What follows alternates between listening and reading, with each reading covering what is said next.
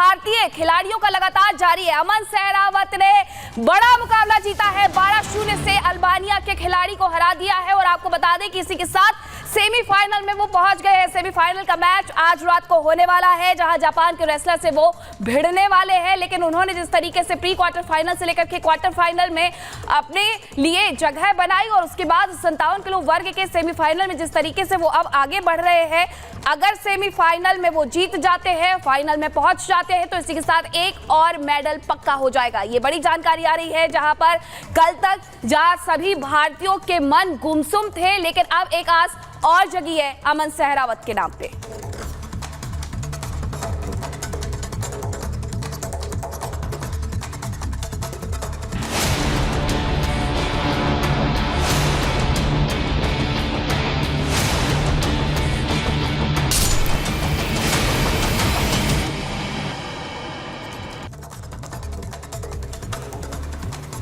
तो wrestler Vinesh Phogat medal से भले ही चूक गई हो, लेकिन विपक्षी दल इस मुद्दे पर अपनी सियासत से बिल्कुल नहीं चूकना चाहते हैं। देश भले ही अपनी बेटी के लिए दुखी है, लेकिन विपक्षी दलों को इस दुख में भी सत्ता हासिल करने का मौका दिखाई दे रहा है। कांग्रेस समेत विपक्ष की कई पार्टियों ने इस मामले पर खुलकर सियासत अपनी चमकाने की कोशिश की है। राजनीतिकारों पर तरफ का जो दौर है वो भी यहाँ पर खेलना शुरू कर दिया है। रिपोर्ट दिखाते हैं आपको।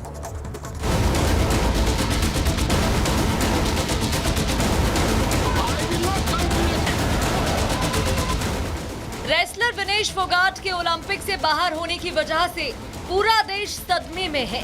आम लोगों से लेकर खिलाड़ियों तक इस घटना ने सबका दिल तोड़ दिया है। लेकिन कांग्रेस ने इस हादसे पर भी सियासी खेल शुरू कर दिया है। कांग्रेस के नेता इस घटना के लिए नई नई थ्योरियां गढ़कर केंद्र सरकार को ही कटघरे में खड़ा करने की कोशिश कर रहे हैं। सबसे पहले बात राज्यसभा की, जहां कांग्रेस के सांसदों ने विनेश फोगाट के मुद्दे को लेकर हंगामा कर दिया। इस मामले पर नेता विपक्ष मल्लिकार्जुन खड़गे बोलना चाहते थे, लेकिन इस दौरान विपक्षी सांसदों ने इतना शोर शराबा किया कि राज्यसभा के सभापति ही नाराज होकर सदन से चले गए। यहाँ बैठने में अपने आप को सक्षम नहीं पाता। मैं दुखी मन से कांग्रेस समेत विपक्षी सांसदों के हंगामे के बाद केंद्रीय मंत्री जेपी नड्डा ने सदन में साफ किया कि देश की जनता और सरकार विनेश फोगाट के साथ खड़ी है। जहां तक विनेश फोगाट का सवाल है, ये कोई पक्ष और विपक्ष का सवाल नहीं है, ये देश का सवाल है और सारा देश उनके साथ खड़ा है। ये भारतीय खेल की को आगे बढ़ाने का विषय है, जिसके साथ सब लोग भावनात्मक तरीके से जुड़े हुए हैं। एक तरफ जहां सरकार विनेश को हर तरह की मदद देने की कोशिश करने की बात कह रही है, तो वहीं कांग्रेस इस मामले पर एक कदम और आगे निकल गई। विनेश फोगाट हरियाणा की रहने वाली हैं और हरियाणा में 2 महीने बाद चुनाव होने वाले हैं। इसलिए कांग्रेस नेता विनेश के मुद्दे पर विधानसभा चुनावों में वोट हासिल करने की कोशिश भी कर रहे हैं। कांग्रेस नेता और हरियाणा के पूर्व मुख्यमंत्री भूपेंद्र सिंह हुड्डा ने विनेश को राज्यसभा की सीट देने की मांग उठा दी।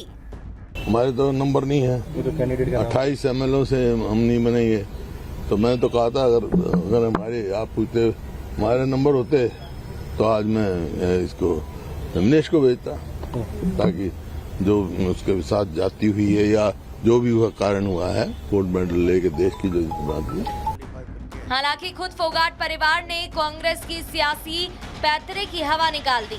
विनेश के करीबी रिश्तेदार और कुश्ती कोच महावीर फोगाट ने कहा कि नियमों के तहत ही ओलंपिक कमेटी ने फैसला लिया है। महावीर फोगाट ने कहा कि आज विनेश पर सियासत करने वाले लोगों ने ही गीता बबीता को सम्मान देने से आनाकानी की थी। क्वालिफाई करके आई थी 53 किलो में। सिर्फ हमारे रूल हैं, सिर्फ पहले गीता ने क्वालिफाई किया, वही गई अपने वजन में। कितने इवेंट हुए जो इंडिविजुअल गेम में कुश्ती के बताऊँ मैं आपने, जो वजन क्वालिफाई होगा, जो लड़की करके आई, सिर्फ वही लड़की जो ओलंपिक में जा सकती है, दूसरी लड़की उस वजन में नहीं जा सकती। जो इसका मुद्दा बना रहे हैं उन्हें कुश्ती का ज्ञान नहीं है। सिर्फ कांग्रेस ही नहीं, दूसरे विपक्षी दल भी लोगों की भावनाओं से जुड़े इस मुद्दे पर अपनी सियासी खेल खेलने की कोशिश कर रहे हैं। सबका उद्देश्य एक ही है, किसी तरह विनेश के मुद्दे को लेकर सरकार को ही दोषी ठहरा दिया जाए। उस खिलाड़ी का, कीनियाई खिलाड़ी का सिल्वर मेडल दिया जाता है, लेकिन क्या हम विनेश फोगाट के लिए आवाज नहीं उठा पाए?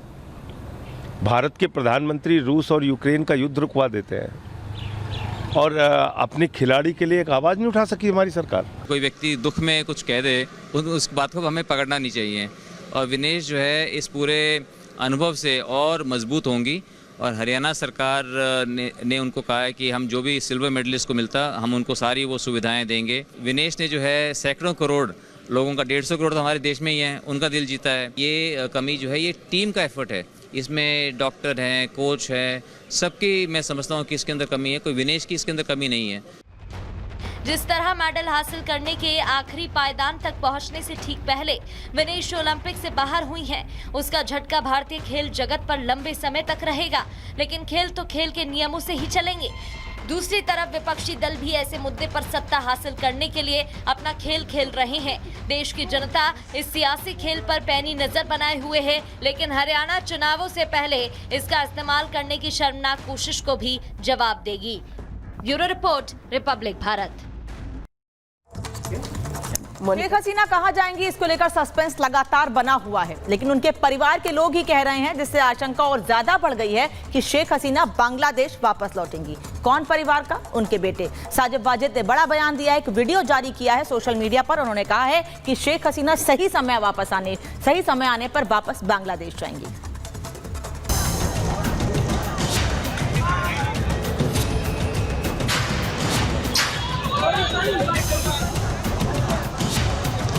बांग्लादेश में हालात आउट ऑफ कंट्रोल हैं। पूरे देश में हिंसा की आग लगी है। कट्टरपंथी सड़कों पर उतरकर प्रदर्शन कर रहे हैं। घरों में आग लगाई जा रही है। रास्तों पर सेना मार्च कर रही है।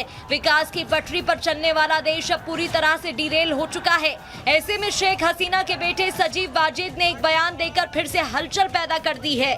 सजीब वाजिद ने शेख हसीना के दोबारा बांग्लादेश की राजनीति में एंट्री करने की ओर इशारा किया है, जिसके बाद लगता है कि अब बांग्लादेश में बेगम वर्सेस बेगम की लड़ाई देखने को मिलेगी। एक तरफ शेख हसीना है, जो बांग्लादेश में सबसे ज्यादा शासन करने वाली महिला नेता हैं, जिन्होंने लगातार चुनावों में जीत दर्ज कर सत्ता हासिल की थी, तो वहीं दूसरी तरफ खालिदा जिया हैं, जो साजिश कर सत्ता हासिल करना चाह रही हैं। दरअसल शेख हसीना के बेटे सजीब वाजिद ने फेसबुक पेज से एक वीडियो संदेश जारी कर साफ शब्दों में संदेश दिया है कि अभी शेख हसीना मरी नहीं है, वो कहीं नहीं गई है, जिसके बाद माना जा रहा है कि शेख हसीना वापस बांग्लादेश की राजनीति में वापसी की योजना बना रही हैं। বাংলাদেশে এখন একটি বিশৃঙ্খল পরিস্থিতি চলছে। সারা দেশে আমাদের ভাঙচুর হচ্ছে, লুটপাট হচ্ছে, আমাদের শহরের বাইরে আমাদের নেতাকর্মী, আমাদের আওয়ামী লীগের নেতাকর্মীদের উপর হামলা চলছে, অনেকে হত্যা করা হয়েছে। আওয়ামী লীগ কিন্তু মরে যায়নি। আওয়ামী লীগ এই দেশকে, বাংলাদেশকে স্বাধীন করেছে। আওয়ামী লীগকে শেষ করা সম্ভব না। আমরা বলেছিলাম যে আমার পরিবার আর রাজনীতি করবে না, তবে আমাদের নেতাকর্মীর উপর যেভাবে হামলা হচ্ছে, এই পরিস্থিতিতে আমরা হাল ছেড়ে দিতে পারি না। इतना ही नहीं, सजीब वाजिद ने आवामी लीग के नेताओं को भी साहस के साथ खड़े रहने का संदेश दिया और कहा कि नए बांग्लादेश का निर्माण आवामी लीग के बिना संभव नहीं है। हम देश, हमारे नेताओं, कार्यकर्ताओं और आवामी लीग की रक्षा के लिए जो भी आवश्यक होगा वो करने के लिए तैयार हैं।